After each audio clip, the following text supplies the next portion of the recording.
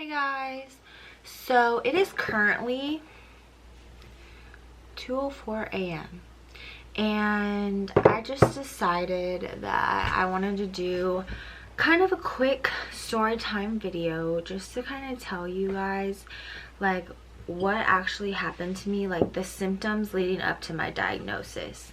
Because I have a few people like asking me like, how did I find out, how did I know, just like obviously like what were my symptoms of in the very beginning when I was younger to be diagnosed.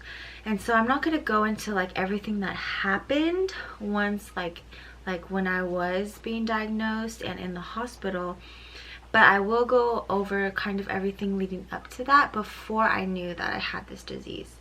So basically it started because I was diagnosed at 13 years old. This started in 7th grade. I was 12. And it just started at the end of our school year and during the summertime with my fingers were super swollen. If you look at my hands, they're like normal hands, just skinny little fingers, but these knuckles literally were like this big. This ring right here, it fits on this finger. It only fit on my pinky and it would stay. It wouldn't be loose like this. It would literally just like stay. It wouldn't go past this knuckle. It was like my knuckles were huge. That was the very first sign. And they didn't hurt. It was just my mom told me it was because I popped my knuckles all the time, because I used to like always just go around doing that and like popping my knuckles. And she's like, if you keep popping your knuckles, they're gonna always be big like that. And so that's what I thought it was from. And then moving on to the very end of the school year, I woke up one random day and my knees were so swollen that I couldn't even bend them to get them off the bed. And just like getting out of the shower, I don't have like a tub, like literally it's just like you step out, like there's no step. And just to like move my leg forward, just to walk, it hurts so bad. And like just like trying to get onto my bed, I would cry walking from the shower to my bed to just sit down for a second to relieve the pressure on my knees. I would just like start bawling my eyes out. And during this time I was just hiding this all from my parents because I didn't want them to think something was wrong with me. And so I felt fine. And mind you, this was all started happening a couple months after I started my period for the very first time. So like puberty time, okay? So literally just a few months after I got that joint pain. And then during the summer between 7th and 8th grade is when all this weird stuff started happening. First, it started out as I got this strange rash, and it kind of looked like, I know at one point there was like a smiley face. There was like 2 lines and like literally like a line under it, like a raised red rash, and it like hurt and it itched, and then it would like move and it would become in like a different pattern somewhere else on my body. It never went on my face, and it was mostly just my arms, my legs. It was never like my stomach or my back or anything. It was literally like my arms and my legs. And like it would move and it would change its shape, and it burned and it hurt when I would touch it. And I kept that a secret for a really long time, and then finally it just like would not go away, and it was scaring me because it kept reappearing. Like it would go away and then the next day it would appear somewhere else. And so I told my mom, and she ended up taking me to the doctor, at the time pediatrician. They didn't do any blood work. He just told me I was allergic to pesticides that they spray on apples. That was his diagnosis. Anywho, time went on. I kind of just dealt with that, stopped eating apples. By the end of summer, it was like my birthday around that time, and I got by this time I was just feeling like the fatigue, the joint pain. I just felt not myself. I wouldn't be able to eat.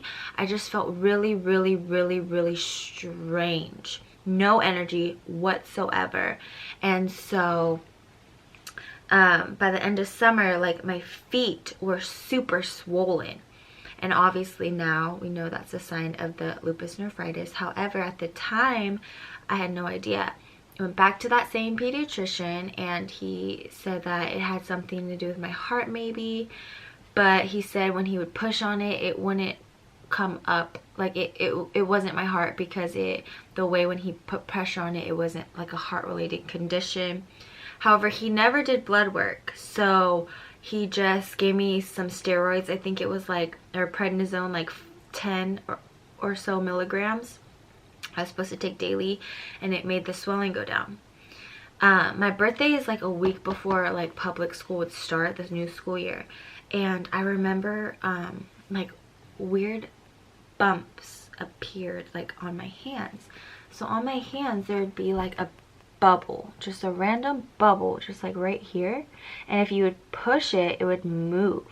And it was on both of my hands, like just literally, like if you went like this, it would be like burp burp on both sides. And so that was there, and the rash was still there. And then I got the butterfly rash. However, I did not know what that was, but the butterfly rash was very, very, very, very prominent right here, and the bumps of fluid. And then my my stomach, it looked like I was pregnant. Literally, I lost a bunch of weight. I was like 115 pounds, and my stomach was sticking straight out, and it was always hard as a rock. And it was just like, here's like my chest, stomach, and it just stuck out, and it was like super hard, and it hurt. And then slowly, as the school year started, my elbows, so right now, like if you look at my elbows, they're just like normal elbows. This little point would stick out. It stuck straight out like someone with RA. The next thing that started happening was my hair started falling out. And I don't want anyone to be offended by me saying this. I honestly was 13 years old. I really didn't know much, but I didn't know that chemo caused hair to fall out. I thought cancer caused hair to fall out. And my hair was falling out in clumps. I would go like this, and clumps of hair would fall out. I would shower and clumps of hair would fall out. I'd be sitting in class and hair would just be all over the desk, all over the floor next to me, like everywhere. I was just covered in hair. My lap was covered in hair when I got out of like class. It was like crazy, and I thought I had cancer because I thought that cancer caused hair to fall out, not chemo. Again, I wasn't educated, so that's why I thought that. So I was freaking out 10 times more, because I'm like, I already feel weird. Weird things are happening. My hair's falling out. Oh my god.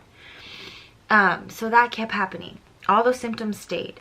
And then the next thing that started happening was I started getting this weird like double vision thing. So like randomly I would be just looking like at nothing, just looking in the classroom, let's just say, and whatever I'm seeing, I would see it on top of it. So I'd see like everything double, and I would feel it about to happen. Like it felt like my eyes were gonna roll back, and then it would just happen, and it would last for a couple minutes. And like I would try not to freak out when it would happen, especially like in class, but it would happen at home too. And it would happen like frequently, not every day, but frequently enough to like it was a problem. And so I was dealing with that. And then the next thing that happened was, obviously when you're in middle school you do PE, it's part of middle school. And when I would start to run, I would notice that I would start like wheezing. I'd be I could not breathe. Even if I would just run like 100 yards, I would start like it wasn't just, oh, you're out of shape. No, it was like I legit could not get air into my lungs. And so I remember I would tell my PE teacher, like, I can't run, like it hurts to run. And he would just think like, obviously, like I just wanted to get out of PE, and I kept running and stuff. And yeah, that wasn't the case. I wasn't just trying to get out of PE, although I did not like running. However, all that was happening, right? Like I live right across the street from my school, the middle school. And so I'd walk to and from school.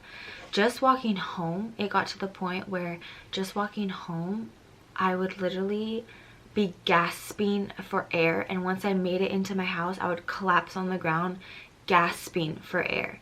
Walking from my bedroom to the living room, I would gasp for air to just walk that short little distance. And so that was like super scary, because like not just I couldn't breathe, but all these other things were happening. But now I couldn't even like walk. And so I was trying to play it off. I didn't tell my parents anything at all. Nothing. They just knew I had the rash. They did not know anything about the double vision, about the breathing thing, about anything. And then one day I started getting a cough. It was like a mucusy cough, right? And I thought I was just getting a cold. I went to the doctor, me and my sister, to get our annual flu shot. And I got the shot. I got it like the nasal spray instead of the shot. And the next day I woke up with a fever. I couldn't breathe laying on my left side. If I laid on my left side, I literally would start coughing up a lung. I could not breathe at all. There was no oxygen getting to my lungs. And so it got to the point where I would just sleep sitting up. If I took NyQuil, because I was coughing so much that if I took NyQuil, I'd throw it up. And so I couldn't even take NyQuil. I couldn't sleep. I couldn't lay down flat. I literally was sleeping on the couch, sitting straight up. And after like 3 or 4 days of this, my mom was like, you're going to the emergency room.